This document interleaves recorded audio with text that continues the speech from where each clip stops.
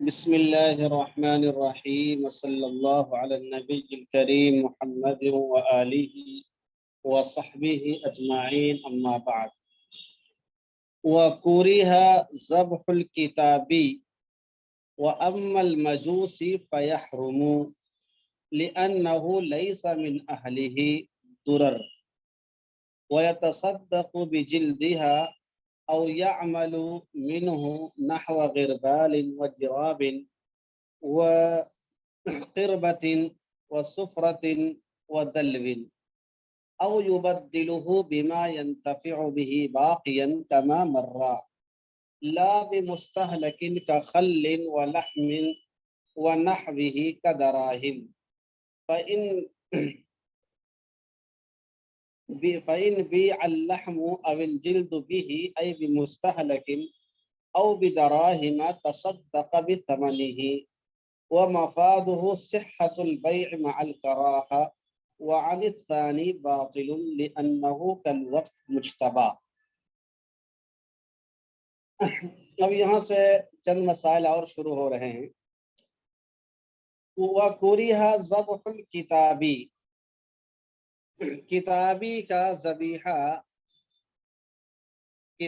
کا ذبیحہ مکروہ تحریمی ہے. کتابی کسے کہتے ہیں؟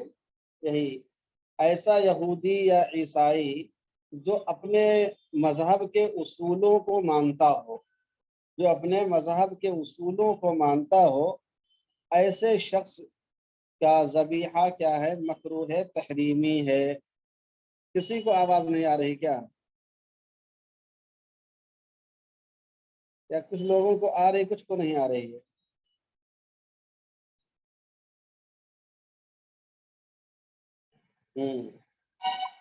تو وَكُرِهَ ذَبْحُ الْكِتَابِ، کتابی کا ذبیحہ، کتابی کا جانور کو ذبح کرنا، چاہے قربانی کا جانور ہو چاہے عام جانور ہو، بہرحال وہ مکروہ تحریمی ہے. وَأَمَّا الْمَجُوسِ، مجوسی کا ذبیحہ، فَيَحْرُمُ، تو وہ بالکلیہ حرام ہے. مجوسی کا ذبیحہ کیا ہے؟ بالکلیہ حرام ہے. تو دو باتیں معلوم ہوئیں. ایک تو یہ کہ جو اہل کتاب ہیں ان سے جانور کو ذبح کرانا، اگرچہ وہ قربانی جائز قرار دی جائے گی اور اس کا گوشت کھانا جائز ہوگا، لیکن اس کا ذبیحہ کیا ہے؟ کراہت سے خالی نہیں ہے. دوسرا یہ کہ اگر کوئی آدمی ایسا ہے جو مجوسی ہے یا ہندو ہے، کافر ہے یا قادیانی ہے، سمجھ رہے ہیں، تو اس طرح کے جو اسلام سے، دائرہ اسلام سے خارج ہیں اور وہ اہل کتاب بھی نہیں ہیں، تو پھر ان کی قربانی سرے سے جائز ہی نہیں ہوگی بلکہ حرام ہوگی. کیوں؟ لِأَنَّهُ لَيْسَ مِنْ أَهْلِهِ، کیونکہ مجوسی یا دوسرا کافر ہندو وغیرہ، ہندو ہے، پارسی ہے، بدھسٹ ہے، جینی ہے، اور جیسے اپنے ہاں جو پگڑی باندھتے ہیں، کیا بولتے ہیں ان کو؟ پنجابی، تو ان کی قربانی درست نہیں ہوگی. لِأَنَّهُ لَيْسَ مِنْ أَهْلِهِ، کیونکہ وہ قربانی کا اہل ہی نہیں ہے، شیعہ کا وہ فرقہ جس کے اوپر کفر کا فتویٰ دیا گیا ہے، جیسے فرقہ غرابیہ وغیرہ ہیں، تو ان کی قربانی تو درست نہیں ہے، لیکن وہ جن کے اوپر کفر کا فتویٰ نہیں ہے ان کی قربانی درست ہے اور صرف مکروہ تحریمی قرار دیا جائے گا اس کو. تو ان کی قربانی کیا ہے؟ حرام ہے، اس لیے کہ وہ قربانی کے اہل ہی نہیں ہیں. اب ایک سوال ایک صاحب نے کیا کہ آج کل کے جو اہل کتاب ہیں، کیا ان پر کتابی ہونے کا حکم لگے گا یا نہیں؟ تو اس کا ایک جواب تو یہ ہے کہ یہ تمرین ہم خود آپ کو دینے والے ہیں، تو جب اس تمرین کو آپ لکھیں گے تو یہ سوال حل ہو جائے گا. اور دوسرا اس کا جواب یہ ہے کہ اہل کتاب موجودہ زمانے میں دو طرح کے ہیں. ایک وہ ہیں جو صرف نام کے اہل کتاب ہیں، وہ خود اپنے مذہب کو نہیں مانتے ہیں، یعنی اپنے مذہب میں پیدا تو ہوئے ہیں، یہودیوں کے یہاں، عیسائیوں کے یہاں پیدا تو ہوئے ہیں، لیکن وہ دہریہ ہو چکے ہیں، ملحد ہو چکے ہیں، وہ خود اپنے مذہب کے اصولوں کو نہیں مانتے ہیں.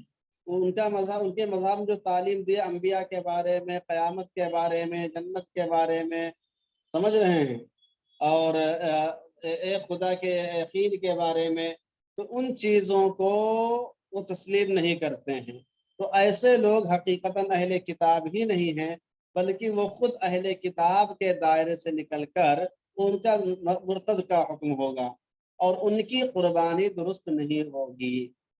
دوسرے وہ اہل کتاب ہیں جو اپنے اصولوں کو مانتے ہیں، اپنے اصولوں کو مانتے ہیں، چاہے وہ اس کے جزئیات پر عمل کرتے ہوں، اس کے مسائل پر عمل کرتے ہوں، چاہے نہ کرتے ہوں. ایسے لوگوں کی قربانی درست قرار دی جائے گی اور ایسے لوگوں کا ذبیحہ درست ہوگا، وہ کی کراہت ہوگی. ٹھیک ہے.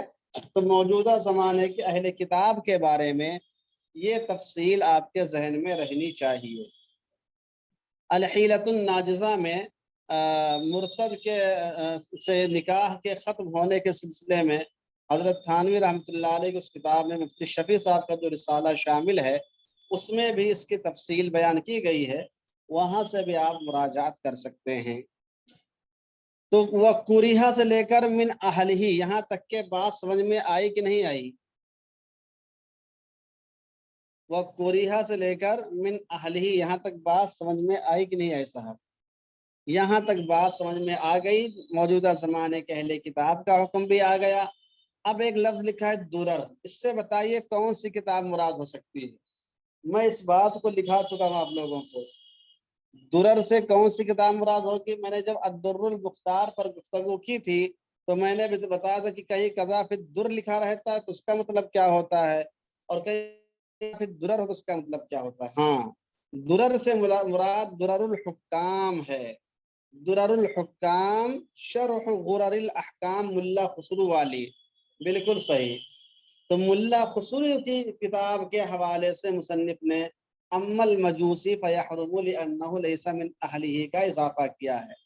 اب اچھا، کوئی آدمی آپ سے پوچھے کہ یہ بتائیے سکھ کا ذبیحہ، سکھ کی قربانی کرنا درست ہے کہ نہیں درست ہے، اس کا حوالہ کیا ہے؟ اس کا حوالہ آپ دے سکتے ہیں؟ اس کا حوالہ دے سکتے ہیں. ہماری فقہ کی کتابوں میں باضابطہ کہ سکھوں کے بارے میں تو نہیں مانا آتا ہی ہے. اسی طریقے سے یہ جو جینیوں کے بارے میں نہیں آئی ہے، بدھسٹوں کے بارے میں نہیں آئی ہے، ہندوؤں کے بارے میں نہیں آئی ہے. لیکن امل مجوسی کی جو تعبیر اختیار کی گئی ہے، یہ تعبیر چونکہ کافروں ہی کے لیے اختیار کی گئی ہے، اور وہ کافر جو اہل کتاب کے علاوہ ہوں تو اس کے دائرے میں یا اس پر قیاس کرتے ہوئے دیگر مذاہب کے لوگوں کا حکم بھی دریافت ہو جائے گا، اور یہ عبارت اس کے لیے کافی ہے. ہاں، اس تعبیر سے آپ اس کا جواب دے سکتے ہیں. بالکل.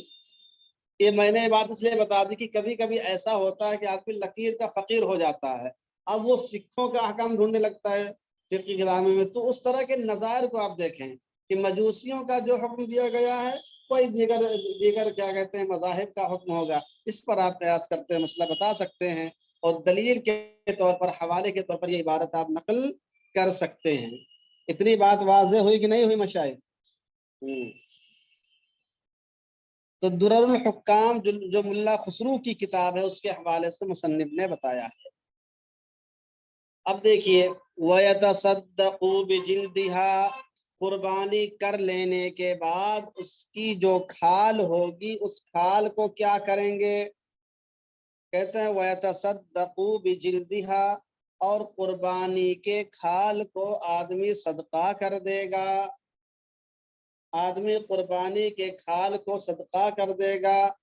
او یعمل منہ نحو غربال وجراب، یا اس کھال سے آدمی بنا لے گا کوئی اپنے استعمال کی چیز، جیسے غربال چھلنی، آٹا کو جو چھاننے کا آلہ ہوتا ہے نا، اس کو چھلنی بولتے ہیں، چھلنی بنا لے. وجراب، یا بیگ اور جھولا بنا لے. جراب بیگ ہے، جھولا ہے، پرس ہے، پرس وغیرہ بنا لے. وقربت، یا مشکیزہ بنا لے.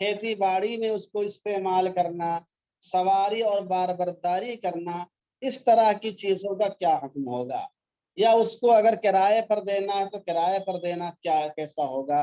اب جو مسائل شروع ہوں گے، ابھی 3-4 لائن کے اندر آئیں گے، یہ وہ مسائل ہے کہ قربانی کے جانور کو ذبح کرنے سے پہلے، دیکھیں ذبح کرنے کے بعد تو آپ اس کا گوشت بھی کھا سکتے ہیں، اس کی ہڈی بھی چبا سکتے ہیں، اس کا کلیجہ بھی کھا سکتے ہیں، سمجھ رہے، حتیٰ کہ اس کی دم بھی کھا سکتے ہیں آپ سمجھ رہے ہیں نا؟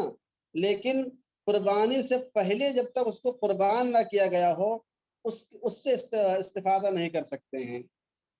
وہی مسائل آ رہے ہیں اب آپ کے ذہن میں پیدا یہ ہوگا کہ کیوں نہیں کھا سکتے؟ جب بعد میں پورے جانور کو جب ہم ہضم کر سکتے ہیں اپنے بطن شریف میں، نار جہنم میں، تو پھر قربانی سے پہلے بیچارے کو ہلکا پھلکا استعمال کرنے میں کیا جاتا ہے؟ اس کا جواب بھی انشاءاللہ دیا جائے گا، سمجھ رہے ہیں؟ تو کہتے ہیں شکم مولوی جہنم است، شکم مولوی جہنم است، جتنے زیادہ بکرے اور بھینس مولوی کے پیٹ میں آرام فرما رہے ہیں، اتنے زیادہ شاید دنیا کی کسی قوم میں آرام نہ فرما رہے ہیں، سمجھ رہے ہیں صاحب؟ اس لیے کہا جاتا ہے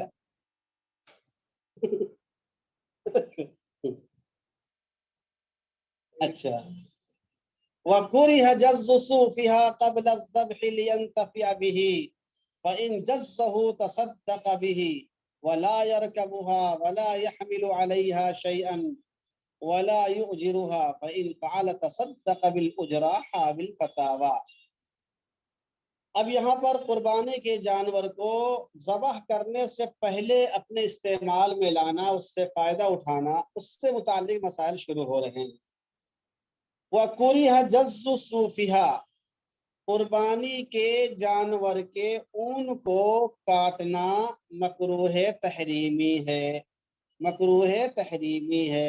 میں نے اس سے پہلے بھی اصول بتایا تھا اور شامی کے حوالے سے بتایا تھا، کتاب الحج والاباحہ کے حوالے سے، کہ جہاں پر مطلقاً کریہا کا لفظ استعمال ہوتا ہے یا یکرہو کا لفظ استعمال ہوتا ہے، وہاں پر مکروہ تحریمی مراد لیتے ہیں، الا یہ کہ ماتن نے یا شارح نے یا محشی نے کراہت تنزیہی کی وضاحت کر دی ہو۔ کراہت تنزیہی کی عموماً وضاحت کر دی جاتی ہے، مطلق جب بولا جاتا ہے تو کراہت تحریمی مراد لیتے ہیں، اور اس کا حوالہ بھی ہم نے لکھایا تھا۔ تو یہاں پر بھی چونکہ مطلقاً یہ بات آئی ہے، اس لیے اس سے بھی مراد مکروہ تحریمی ہی ہے۔ وَكُرِهَ جَزُّ صُوفِهَا، قربانی کے جانور کے اون کو، یعنی وہ جانور جن کے اوپر اون پیدا ہوتا ہے وہ مراد ہے، یہ نہیں کہ آپ بکری میں اون ڈھونڈنے لگیں، بھینس میں جا کے اون ڈھونڈنے لگے تو بھینس میں کہاں اون ملے گا؟ جوئیں تو مل سکتے ہیں لیکن اون نہیں ملے گا بیچارہ۔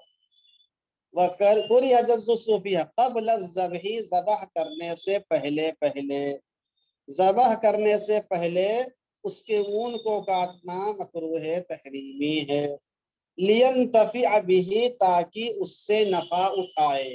دیکھیں یہ قید بہت اہم لگا انہوں نے، لِيَنْتَفِعَ بِهِ، تاکہ اس سے نفع اٹھائے۔ اگر اس سے نفع اٹھانا مقصد نہ ہو تو، مثلا جانور کے جسم پہ اتنے بال ہو گئے ہیں کہ اس کا چلنا پھرنا مشکل ہو رہا ہے، اس کو سخت گرمی محسوس ہو رہی ہے، سمجھ رہے ہیں، اس کو کھجلی ہوئی جا رہی ہے بالوں کی کثرت کی وجہ سے، تو اگر اس مقصد کی وجہ سے، اس مقصد کے پیش نظر کہ جانور کو سکون حاصل ہو جائے، اس کے جسم کا بوجھ کم ہو جائے، جوئیں جو پڑنے لگی ہیں وہ ختم ہو جائیں، اس لیے اگر کوئی آدمی کاٹ دیتا ہے تو پھر کراہت ختم ہو جائے گی، کیونکہ یہاں پر مقصد نفع اٹھانا نہیں ہے، یہاں پر مقصد جانور کو راحت دینا ہے۔ اب سوال یہ پیدا ہوگا کہ اگر اس طور پر جانور کے اون کو کاٹا تو اس کا مصرف کیا ہوگا؟ اس کا مصرف آگے آ رہا ہے۔ اتنی بات سمجھ میں کہ نہیں آئی؟ تو قربانی کے جانور کو ذبح کرنے سے پہلے اس کے اون کو کاٹنا مکروہ تحریمی ہے، تاکہ آدمی اس سے نفع اٹھائے۔ اپنے نفع اٹھانے کے لیے کاٹنا مکروہ تحریمی ہے، اگر جانور کے فائدے کے لیے کاٹنا ہو تو کراہت ختم ہو جائے گی، پھر کراہت باقی نہیں رہے گی۔ واضح ہوا؟ اچھا، ابھی تو مکروہ تحریمی ہے، لیکن اگر اس کے باوجود کاٹ ہی لیا تو کیا ہوگا؟ فَإِن جَزَّهُ تَصَدَّقَ بِهِ، اگر قربانی کے جانور کی اون کو، اس کے بالوں کو کاٹ لیا استعمال کے لیے، تصدق بھی، تو اس کو صدقہ کرے گا۔ ٹھیک ہے، اب یہ بتائیے کہ یہ صدقہ اپنے نفع کے لیے کاٹا ہو تو کرنا پڑے گا، یا جانور کے لیے فائدے کے لیے کاٹا ہو تو بھی کرنا پڑے گا؟ یہ صدقہ دونوں صورتوں میں کرنا پڑے گا، یا صرف اپنے نفع کے لیے کاٹا ہو تو کرنا پڑے گا؟ بتائیے۔ اس کا جواب یہ ہے کہ دونوں صورتوں میں صدقہ کرنا ہوگا۔ دونوں صورتوں میں، اپنے نفع کے لیے ہو تو بھی، جانور کے نفع کے لیے ہو تو بھی، دونوں صورتوں میں اس کو صدقہ کرنا پڑے گا۔ فائدہ صرف یہ ہوگا کہ اپنے نفع کے لیے ہو تو کاٹنا بھی مکروہ ہوگا، اور جانور کے نفع کے لیے تو مکروہ نہیں ہوگا۔ سمجھ رہے ہیں؟ تو کراہت اور عدم کراہت کی بات نفع سے متعلق ہوگی، جہاں تک بات ہے اس کے استعمال کی، اس کو صدقہ کرنا ضروری ہوگا۔ یہ مسائل صرف ذہن میں رکھنا اور اس کو استعمال کرنا بہت اہم اور ضروری ہیں، سمجھ رہے ہیں؟ اس لیے کہ اگر اس طرح کی باریکیاں آپ کے ذہن میں نہیں رہیں گی تو پھر آپ تھوڑے سے مسئلے کے اندر پریشان ہو جائیں گے کہ اس میں کیا ہونا چاہیے۔ وَلَا يَرْكَبُهَا، اور قربانی کے جانور پر سواری بھی نہیں کرے۔ وَلَا يَحْمِلُ عَلَيْهَا شَيْئًا، اس کے اوپر کوئی چیز لادے اور برداری نہ کرے، یہ سب بھی کیا ہے؟ مکروہ تحریمی ہی ہے۔ وَلَا يُؤْجِرُهَا، اور اس کو اجارے پر، کرائے پر بھی نہ دے۔ تو جس طریقے سے اس کی اون وغیرہ کو کاٹ کر استعمال کرنا مکروہ تحریمی ہے، اسی طریقے سے اس پر سواری کرنا اور اس پر کوئی چیز لادنا، اس کو اجارے پر دینا مکروہ تحریمی ہے۔ تو جس طریقے سے اس کے کھال کو، اس کے بال کو اور اس کے اون کو کاٹ کر صدقہ کرنا تھا، اگر کوئی آدمی بالاتفاق جانور کو کرائے پر دے ہی دے، اجرت پر دے دیا، تو اب جو کرایہ ملا ہے اس کا مصرف کیا ہوگا؟ اب جو کرایہ ملا ہے اس کا مصرف کیا ہوگا؟ کہتے فَإِن فَعَلَ، اگر اس نے ایسا کیا، یعنی کہ اس پر خود سواری کر لیا ہے، یا دوسرے کا سامان لاد کر پہنچایا، اس پر اس کو پیسہ ملا ہے، یا کسی کو کرائے پر دیا، اس سے اس کو پیسہ ملا ہے، جس صورت کے اندر بھی ہو، اگر اس نے ایسا کر لیا ہے، اولاً تو ایسا کرنا مکروہ تحریمی ہے، لیکن اگر کر ہی لیا تو کیا ہوگا؟ تصدق بالأجرۃ،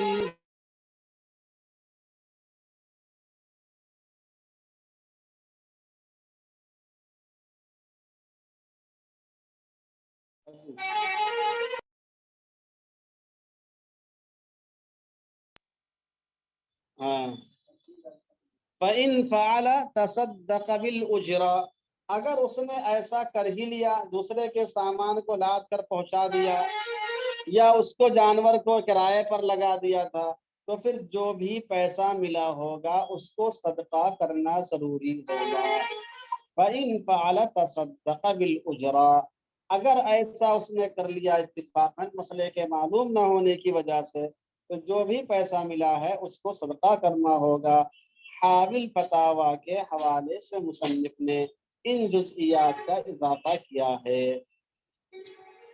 جی، یہ جو حاوی فتاوی ہے اس کا مختصراً تعارف لکھ لیجیے اپنی کاپی میں۔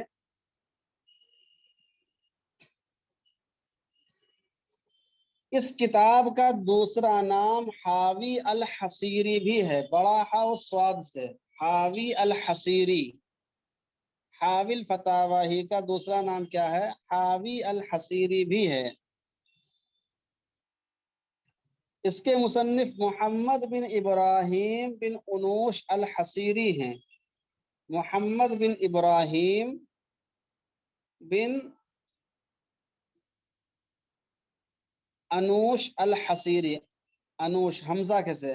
حمزہ نون واو شین، انوش الحصیری ہیں، متوفہ 505 ہجری، متوفہ 505 ہجری۔ ابھی یہ مخطوطے کی شکل میں ہے، مصنف کے پاس اس کا مخطوطہ رہا ہوگا تو مصنف نے اسی کے حوالے سے یہاں پر لکھ دیا ہے۔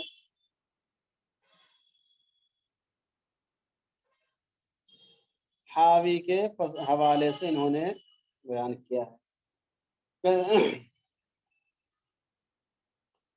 ایک سوال جو آپ کے ذہن میں پیدا ہو سکتا تھا کہ آخر قربانی کے جانور کو ذبح کرنے سے پہلے اس کے اون کو کاٹنا، اون کو استعمال کرنا، سواری کے طور پر استعمال کرنا، کسی کا سامان لادنا یا اپنا سامان لادنا یا کرائے پر دینا، یہ سب کیوں ممنوع قرار دیا گیا؟ اس کو کیوں مکروہ تحریمی قرار دیا گیا ہے؟ اور مکروہ تحریمی ہونے کے ساتھ اس کو اپنے استعمال میں نہیں لا سکتے، صدقہ کرنا کیوں ضروری ہے؟ اس کی وجہ کیا ہے؟ کہتے ہیں لِأَنَّهُ الْتَزَمَ إِقَامَةَ الْقُرْبَةِ بِجَمِيعِ أَجْزَائِهَا، کیونکہ اس نے قربت کے قائم کرنے کا التزام کیا ہے جانور کے جمیع اجزاء سے۔ جب آپ نے قربانی کے جانور کو قربانی کے لیے خرید لیا تو اس کا ہر جز، ہر عضو قربانی کے لیے متعین ہو گیا ہے۔ اگر غریب ہے تو اس کے لیے تو مستقل متعین ہو گیا، اور اگر امیر ہے تو جب تک اس کا تبادلہ وہ دوسرے جانور سے نہ کر دے یا اس کو بیچ کر دوسرا جانور نہ لے آئے، اس وقت تک اس کے حق میں بھی وہ جانور متعین ہی رہتا ہے۔ سمجھ رہے ہیں؟ تو جانور کی تعین ہو جانے کی وجہ سے اقامت قربت اس کے تمام اجزاء سے لازم ہو گیا، اور جب یہ لزوم ہو گیا تو پھر قربانی کے جانور کا اقامت یعنی اراقت دم سے پہلے، اقامت قربت سے پہلے اس کے اجزاء سے، اس کے اعضاء سے اور اس کی دیگر چیزوں سے نفع اٹھانا بھی درست نہیں ہوگا، کیونکہ یہ مقصود کے حصول سے پہلے ہی نفع اٹھانا ہوگا۔ بات سمجھ میں آئی؟ لِأَنَّهُ الْتَزَمَ إِقَامَةَ الْقُرْبَةِ بِجَمِيعِ أَجْزَائِهَا، کیونکہ اس نے التزام کیا ہے قربت کے حصول کا بِجَمِيعِ أَجْزَائِهَا، تمام اجزاء کے ذریعے سے۔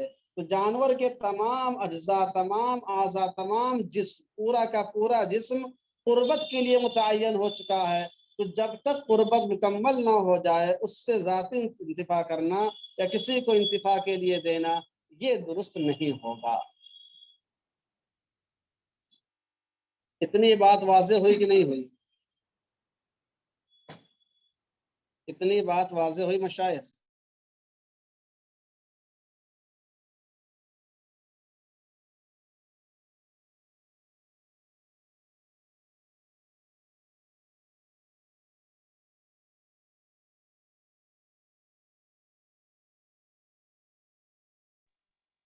یہ بات تو واضح ہو گئی۔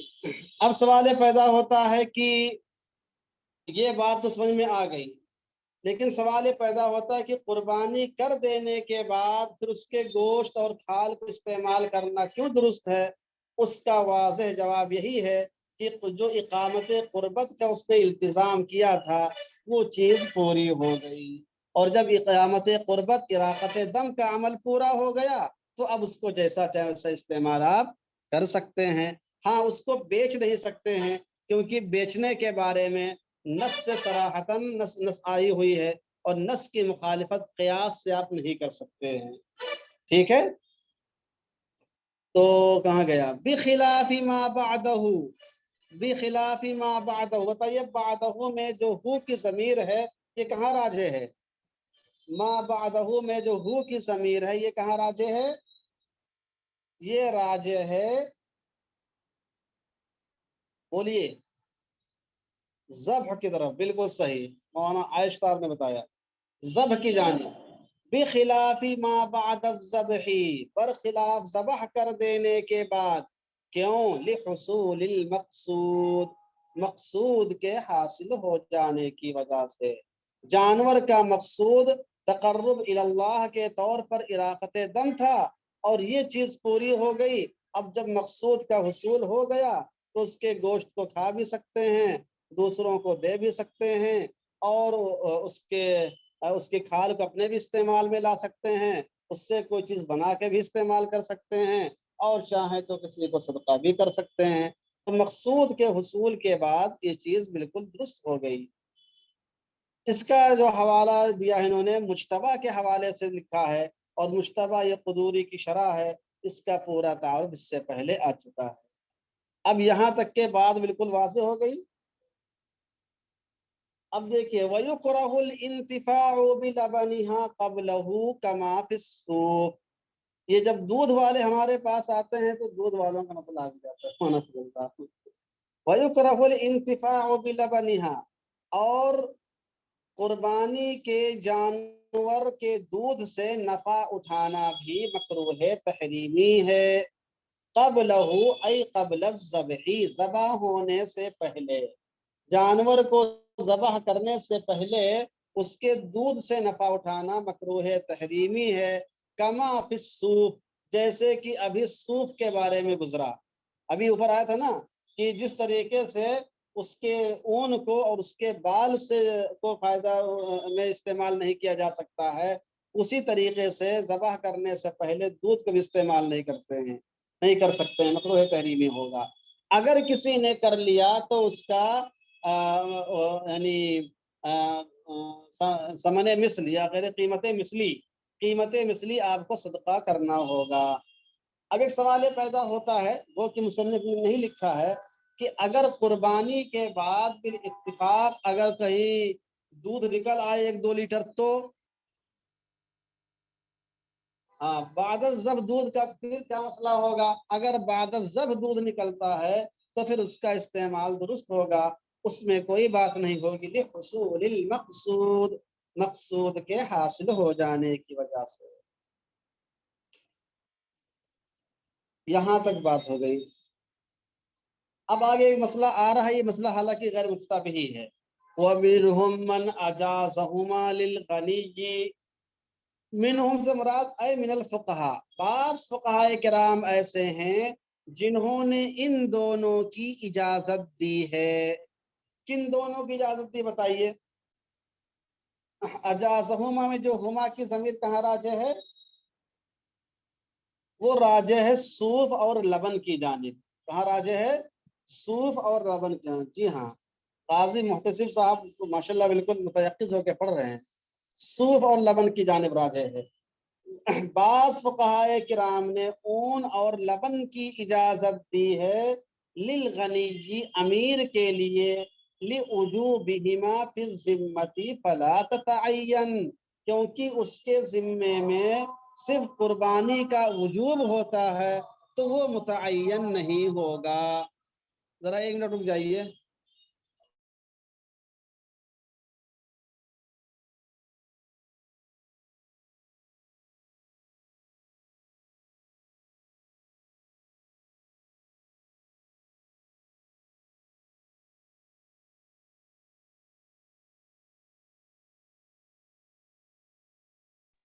تو کیا بتایا میں نے؟ ہاں، تو بعض فقہائے کرام نے صوف اور لبن کی اجازت دی ہے غنی کے لیے، کہ غنی کیا ہے، وہ استعمال کر سکتا ہے ذبح سے پہلے. لِوُجُوبِهِمَا فِي الذِّمَّةِ فَلَا تَتَعَيَّنْ، یہ عبارت اصل ہونا چاہیے لِوُجُوبِهَا، لِوُجُوبِهَا فِي الذِّمَّةِ فَلَا تَتَعَيَّنْ، کہ امیر کے اور صاحب نصاب کے ذمے میں صرف قربانی کا وجوب ہوتا ہے، وہ ایجاب مالا ایجب نہیں کرتا، شریعت خالی اس کے اوپر لازم کرتی ہے. یہی وجہ ہے کہ اس جانور کو تبدیل بھی کر سکتا ہے، اس کو بیچ بھی سکتا ہے، اس سے کم اس کو بیچ کر دوسرا اس سے کم کا جانور بھی لا سکتا ہے، اس سے مہنگا بھی لا سکتا ہے، اور فقیر سب کام نہیں کر سکتا ہے. تو فی نفسی اس کے ذمے سے قربانی کا وجوب ہوتا ہے. تو اس سے بات معلوم ہوتی ہے کہ جب جانور اس کے لیے متعین ہی نہیں ہوا تو پھر وہ اس کے دودھ کو استعمال کر سکتا ہے، اون کو استعمال کر سکتا ہے. زیلعی کے حوالے سے مصنف نے اس کو بیان کیا ہے، لیکن یہ قول غیر مفتبہ ہے. مفتبہ قول وہی ہے جو اوپر بیان ہوا کہ امیر اور فقیر دونوں اس معاملے میں برابر ہیں کہ قبل الذبح وہ اس کے دودھ کو استعمال نہیں کر سکتے ہیں. اب اس کا جواب کیا ہوگا کہ جب آپ نے کہا کہ اس کے لیے جانور متعین ہی نہیں ہوتا ہے، تبدیل بھی کر سکتا ہے، تو اس کا جواب کیا ہے؟ اس کا جواب یہ ہے کہ جب تک وہ دوسرا جانور نہ خرید لے یا جب تک اس کے بدلے دوسرا جانور نہ لے آئے، وہ جانور اس کے حق میں متعین نہیں رہتا ہے. ہاں، اس کو ایک استثنائی حق یہ حاصل ہے کہ اس کو تبدیل کر کے دوسرا لا سکتا ہے، لیکن جب تک نہیں لاتا ہے تب تک وہی اس کے حق میں متعین ہوتا ہے. تو ایک گنا تعین اس کے حق میں بھی جانور کی ہو جاتی ہے. اس بنا پر دونوں کا حکم ایک ہی ہوگا. ٹھیک ہے.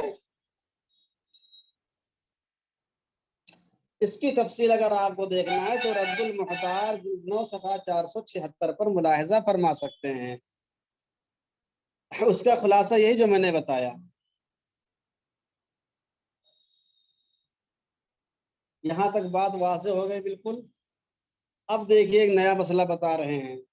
وَلَوْ غَلَطَ اثْنَانِ وَذَبَحَ كُلٌّ شَاةَ صَاحِبِهِ يَعْنِي عَنْ نَفْسِهِ عَلَى مَا دَلَّ عَلَيْهِ قَوْلُهُ غَلَطَ أَوْ لَمْ يَغْلِطَ فَيَكُونُ كُلُّ وَاحِدٍ وَكِيلًا عَنِ الْآخَرِ دَلَالَةً هِدَایَةً.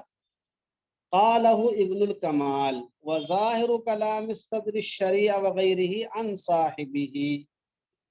پہلی بات تو یہ کہ اس کے اندر او لم یغلطا کا جو جملہ استعمال کیا ہے اس کو کاٹ دیجیے، اپنے کاپی میں لکھ لیجیے کہ یہ جملہ غلط ہے، کاتب کی غلطی سے یہ جملہ لکھ گیا ہے، یہ سبقت قلمی سے لکھ گیا ہے، یہ تعبیر نہیں ہونی چاہیے.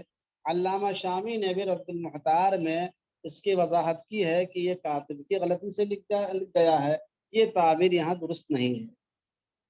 اب دوسرے نمبر پہ وَلَوْ غَلَطَ اثْنَانِ، اگر دو لوگوں نے غلطی کر دی، وَذَبَحَ كُلٌّ شَاةَ صَاحِبِهِ، اور ہر ایک نے دوسرے کی بکری کو ذبح کر دیا، یعنی عن نفسہ، یعنی اپنی جانب سے، عَلَى مَا دَلَّ عَلَيْهِ قَوْلُهُ غَلَطَ، جیسا کہ اس پر دلالت کرتا ہے مصنف کا قول لفظ غلطہ، کہ مصنف نے جو غلطہ کی تعبیر اختیار کی ہے اس سے یہ بات معلوم ہوتی ہے کہ دوسرے کے جانور کو غلطی سے اپنے نام سے ذبح کر لیا، اپنی طرف سے ذبح کر دیا. سمجھ رہے ہیں؟ تو وَلَوْ غَلَطَ اثْنَانِ، اگر دو لوگوں نے غلطی کر دی، وَذَبَحَ كُلٌّ شَاةَ صَاحِبِهِ، اور ہر ایک نے دوسرے کی بکری کو، اپنے ساتھی کی بکری کو ذبح کر دیا، عن نفسہ، اپنی طرف سے. سمجھ رہے ہیں؟ زید نے بکری کو ذبح کر دیا اپنی جانب سے، اور بکر نے زید کی بکری کو، تبھی یہ لفظ غلطہ واضح ہوگا. کہتے فَيَكُونُ كُلُّ وَاحِدٍ وَكِيلًا عَنِ الْآخَرِ دَلَالَةً، تو دونوں میں سے ہر ایک دوسرے کا وکیل ہو جائے گا دلالتاً، یعنی حقیقتاً تو وکیل نہیں ہوگا، صراحتاً تو وکیل نہیں ہوگا، لیکن دلالتاً وکیل بن جائے گا. سوال یہ پیدا ہوتا ہے کہ دلالتاً وکیل کیسے مان لیا گیا؟ اس کا جواب یہ ہے کہ دونوں چونکہ قربانی کے جانور کو قربانی کے لیے ہی لے کر آئے تھے، تو قربانی کے لیے جانور کا لانا قربانی کے لیے متعین ہو گیا ہے. تو جانور کا قربانی کے لیے متعین ہو جانا اس بات کی دلیل ہے کہ اس کو ذبح ہی کرنا ہے. اب غلطی صرف یہ ہوئی کہ اس نے اس کو اپنی طرف ذبح کر لیا اور دوسرے والے نے اس کی بکری کو اپنی طرف ذبح کر لیا ہے. فی نفسی دونوں جانور قربانی کے لیے ہو گئے ہیں. ٹھیک ہے؟ فی نفسی دونوں جانور قربانی کے لیے تھے اور دونوں نے ذبح کر لیا، تو دلالتاً یہ مان لیا جائے گا کہ دونوں ایک دوسرے کے وکیل بن کر قربانی کی ہے، اور یہ قربانی دونوں درست ہو جائے گی. ہدایہ کے حوالے سے مصنف نے اس کا اضافہ کیا ہے. اب ایک اشکال پیدا یہ ہوتا ہے کہ اگر غلطی کے بجائے عمدن ایسا کیا ہو تو، غلطی کے بجائے، یہاں چونکہ غلطہ کی تعبیر اختیار کی ہے کہ غلطی سے ایسا کیا ہو تو یہ حکم ہوگا. اگر کسی نے جان بوجھ کر کیا ہو تو کیا حکم ہوگا؟ کہتے ہیں اس صورت میں قربانی ذبح مالک کی جانب سے قربانی نہیں مانی جائے گی، بلکہ زبان لازم ہوگا، اور زمان کی ادائیگی کے بعد وہ قربانی درست ہو جائے گی. زمان کی ادائیگی کے بعد وہ قربانی درست ہو جائے گی. اچھا ایک سوال کا جواب پہلے میں اور آپ کو حل کر دوں. یہاں پر سوال یہ پیدا ہو سکتا ہے آپ کے ذہن میں، وہ کس مصنف نے نہیں لکھا ہے کہ جو قربانی وکالتاً درست ہو جائے گی تو یہ قربانی اپنی طرف سے ادا ہوگی یا اس کے اصل مالک کی طرف سے ادا ہوگی؟ یہ قربانی اپنی طرف سے ادا ہوگی یا اصل مالک کی طرف سے ادا ہوگی؟ یہ آپ کو اس میں واضح نہیں ہوا ہے. مثلا زید نے بکری کی بکری کو اپنی طرف سے ذبح کر دیا، اور بکر نے زید کی ذبح کر دیا، تو یہ جو قربانی وکالتاً درست ہوئی ہے تو جس نے اپنی طرف سے ذبح کیا اس کی جانب سے مانی جائے گی، اور اس کے اصل مالک کی جانب سے مانی جائے گی؟ اس کا جواب یہ ہے کہ وکالتاً ہونے کی وجہ سے اس کے اصل مالک کی جانب سے قربانی مانی جائے گی، اور یہ کہا جائے گا کہ زید نے بکر کی قربانی کو بکر کی طرف ہی سے کیا ہے۔ ہاں، اصل کہہ لیجیے، آپ تعبیر اصل بھی کہہ سکتے ہیں، زید نے بکر کی بکری کو بکر کی جانب ہی سے کیا ہے، اور بکر نے زید کی بکری کو زید کی جانب سے کیا ہے، تبھی یہ وکیل بنا، گویا کہ اس نے وکالتاً اس کی جانب سے ذبح کیا ہے۔ تو یہ مسئلہ تو حل ہو گیا، یہ تو غلطی کی صورت میں ہے۔ اب یہ مسئلہ پیدا ہوتا ہے، سوال پیدا ہو سکتا ہے کہ اگر جان بوجھ کر ایسا کیا ہو تو جان بوجھ کر ایسا کیا ہوگا تو وکالت کی صورت نہیں ہو سکتی ہے، وکالت کی صورت نہیں ہو سکتی ہے، اور جب یہ وکالت کی صورت نہیں ہوئی تو اس کے اصل مالک کی جانب سے قربانی نہیں ہوگی۔ ہاں، دونوں ایک دوسرے کا ضمان ادا کریں گے تو ضمان کے بعد ان کی جانب سے قربانی مان لی جائے گی، کیونکہ زمان کی ادائیگی سے وہ چیز اپنی ملکیت میں آ جاتی ہے، زمان کی ادائیگی سے چیز اپنی ملکیت میں آ جاتی ہے۔ زمان کی صورت یہ ہوگی کہ زید کی بکری جتنے روپے کی تھی بکر اتنے روپے اس کو دے دے گا، اور بکر کی جو بکری تھی جتنے روپے کی تھی زید اتنے روپے اس کو دے دے گا۔ جب اس کے بدلے میں آپ نے پیسہ دے دیا تو گویا کہ اب وہ آپ کی ملکیت میں آ گیا، اور ملکیت میں آنے کے بعد قربانی کی قرار دے دی جائے گی۔ یہ بات بالکل واضح ہو گئی۔ وَيَكُونُ كُلُّ وَاحِدٍ وَكِيلًا عَنِ الْآخَرِ دَلَالَةً، تو ان میں سے ہر ایک دوسرے کا دلالتاً وکیل ہو جائے گا، ہدایہ کے حوالے سے معلوم ہوا۔ قَالَهُ ابن الکمال، ابن کمال نے یہی فرمایا ہے۔ بتائیے ابن کمال سے کون مراد ہوتے ہیں؟ ابن کمال سے کون مراد ہوتے ہیں صاحب؟ ہاں، ابن کمال پاشا۔ ساری چیزیں ذہن میں رکھیے، ابن کمال سے مراد کون ہوتے ہیں؟ ابن کمال پاشا۔ کمال آئے تو اس سے کمال الدین عبد الحمام، اکمل آئے تو اکمل الدین بابرتی، ابن کمال آئے تو ابن کمال پاشا۔ وَظَاهِرُ كَلَامِ صَدْرِ الشَّرِيعَةِ وَغَيْرِهِ عَنْ صَاحِبِهِ، اور صدر الشریعہ کے کلام سے اور ان کے علاوہ کچھ اور لوگوں کے کلام سے معلوم ہوتا ہے کہ یہ جو قربانی کی تھی اپنے دوست کی جانب سے کی تھی، یعنی جس کی جانب سے قربانی کرنی، جس کا جانور تھا اسی کی جانب سے قربانی کی تھی۔ تو ایک صورت یہ بھی ہو سکتی ہے، مطلب یہ جو تعبیر اختیار کی تھی اس کے اندر فَيَكُونُ كُلُّ وَاحِدٍ وَكِيلًا عَنِ الْآخَرِ دَلَالَةً، کہ وہ دوسری جانب سے وکیل ہو جائے گا، تو اس سے مراد یہ ہوگا کہ قربانی کس کی طرف سے ہوگی؟ ایک تشریح تو وہ ہے جو ابن کمال وغیرہ نے اختیار کی ہے کہ دوسرے کے جانور کو اپنے جانب سے قربان کر دیا، اور دوسری تشریح جو صدر الشریعہ وغیرہ نے اختیار کی ہے کہ دوسرے کے جانور کو دوسرے کی جانب سے ذبح کر دیا۔ کہتے صح استحساناً قربانی درست ہے، بلا غرم، بغیر کسی تاوان کے، یعنی وکالت والی صورت میں اور غلطی ہونے کی صورت میں اگر قربانی کر دیتا ہے، چاہے اپنی جانب سے کرے چاہے اس کے مالک کی جانب سے کرے، استحساناً یہ قربانی درست ہو جائے گی۔ اب میں سمجھتا ہوں کہ آپ اس مسئلے میں الجھ گئے ہوں گے۔ دیکھو، دو چار کی طرح مسئلے کو سمجھیے۔ دو لوگ تھے، دونوں میں سے ایک نے دوسرے کے جانور کو قربان کر دیا اور غلطی سے ذبح کر دیا، اور وہ جانور دوسرے کے جانور کو اپنے نام سے اپنی طرف سے، اور دوسرے والے نے اس کے جانور کو اپنی طرف سے ذبح کر دیا۔ اب سوال پیدا ہوتا ہے کہ ان کی قربانی درست ہوئی کہ نہیں ہوئی؟ آسان جواب یہ ہے کہ یہ قربانی وکالتاً دلالتاً وکیل مانتے ہوئے قربانی درست قرار دے دی جائے گی، اس میں کسی کے اوپر کوئی تاوان لازم نہیں ہوگا، اور اس میں کسی کے اوپر کوئی ذمہ داری عائد نہیں ہوگی، اور یہ قربانی درست قرار دی جائے گی۔ اور بعض لوگوں نے یہ سمجھا ہے کہ اگر دوسرے کے جانور کو دوسرے کی جانب ہی سے ذبح کیا ہو وہ تو کوئی مسئلہ ہی نہیں اس کے اندر، اس کے اندر تو گویا کہ اس نے اس کا تعاون کیا ہے، تو چاہے دوسرے کے جانور کو اپنی جانب سے ذبح کر لے یا اسی ہی کے جانب سے ذبح کر دے، دونوں صورتوں میں قربانی درست ہو جائے گی اور یہ وکالت قربانی درست مان لی جائے گی اور کسی کے اوپر کوئی جرمانہ نہیں ہوگا۔ اب جرمانہ نہیں ہوا تو سمجھ میں آ گیا۔ اب سوال یہ پیدا ہوتا ہے، چاہے اصل کی طرف سے قربانی ہوگی، سوال یہ پیدا ہوتا ہے کہ گوشت کا کیا کیا جائے گا بھائی، گوشت کا کیا کرو گے؟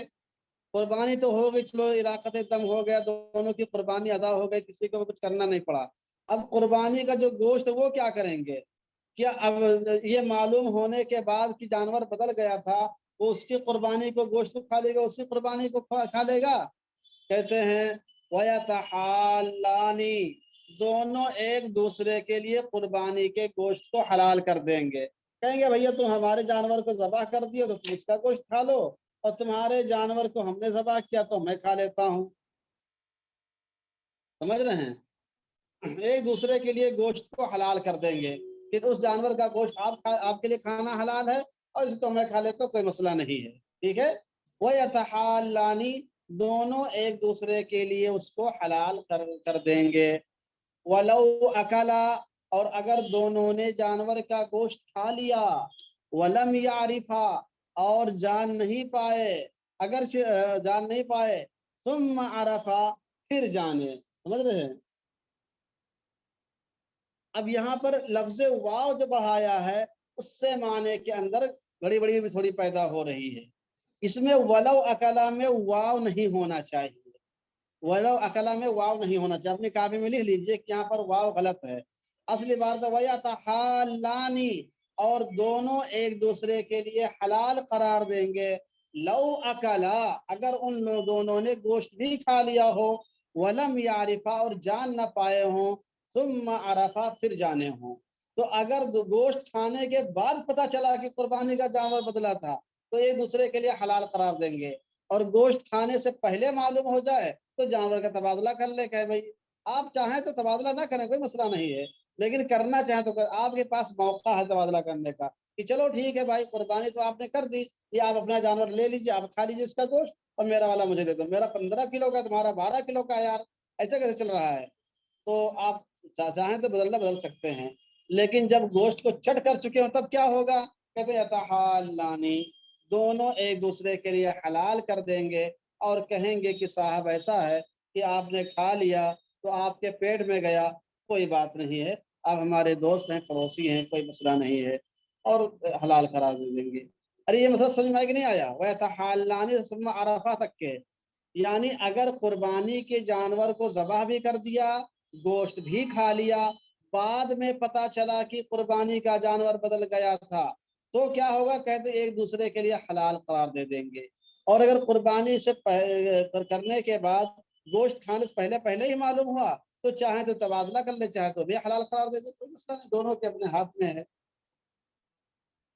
اب یہ مسئلہ یہ پیدا ہو سکتا ہے کہ یہ تو بھائی سہولت والی بات ہو گئی، بعض لوگ بڑے موڈی ہوتے ہیں، کہتے ہیں باپ رے باپ، ہماری جانور کو ذبح کر اس نے گوشت کھا لیا، یہ کیسے ہو سکتا ہے؟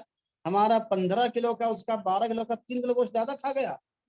کہتے ہیں وَإِن تَشَاحَّا، اگر دونوں آپس میں لڑ پڑے کہ تم نے کیسے کھا لیا ہمارے جانور کو، بدل کیا، ہمارا جانور تگڑا تھا تمہارا کمزور تھا، اور ہمارا اچھا تھا تمہارا خراب تھا، اور میں نے بمبئی سے خریدا تھا اور تم نے گاؤں دیہات سے خریدا تھا، تو کہتے اس قسم کا معاملہ پیش آئے تو کیا ہوگا؟ کہتے ہیں اس قسم کا معاملہ بھی ہمارے پاس ہے، اس کا حل بھی ہے، جب بات سے نہیں مانی جاتی تو لاٹھی سے مانی جاتی ہے۔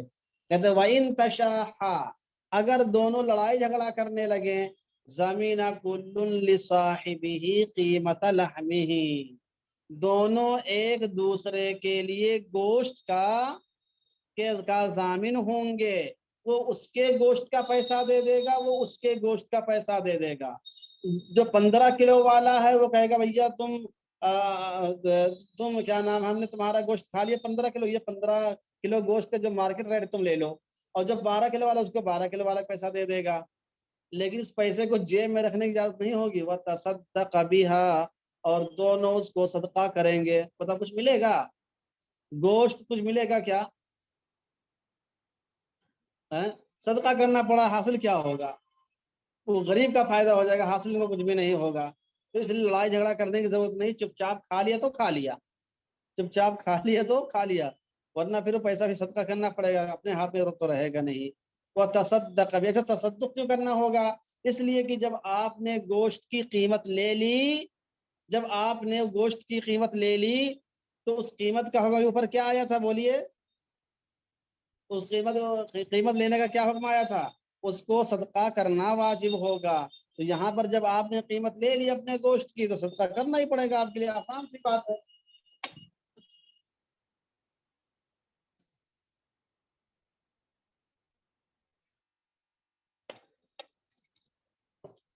جی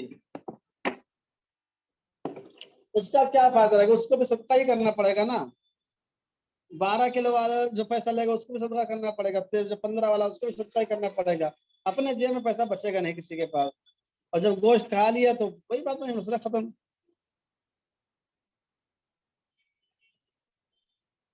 تو یہ بات تو ماشاء اللہ یہاں تک مکمل ہو گئی. اب آگے جو بات آ رہی کل تو فی اوائل القاعدہ، یہاں سے ایک نئی بات شروع ہو رہی ہے اور تھوڑی سی وہ گنجلک عبارت ہے، اس کو سمجھانے میں کم سے کم 15 منٹ چلا جائے گا. اور ٹائم جو ہو رہا ہے وہ 8:39 ہو رہا ہے. 8:39 کا مطلب ہے کہ لیکن ہماری تو ٹائمنگ تو 9 بجے تک کے ہے نا. چلو کوئی بات نہیں، کل انشاءاللہ پڑھ لیں گے.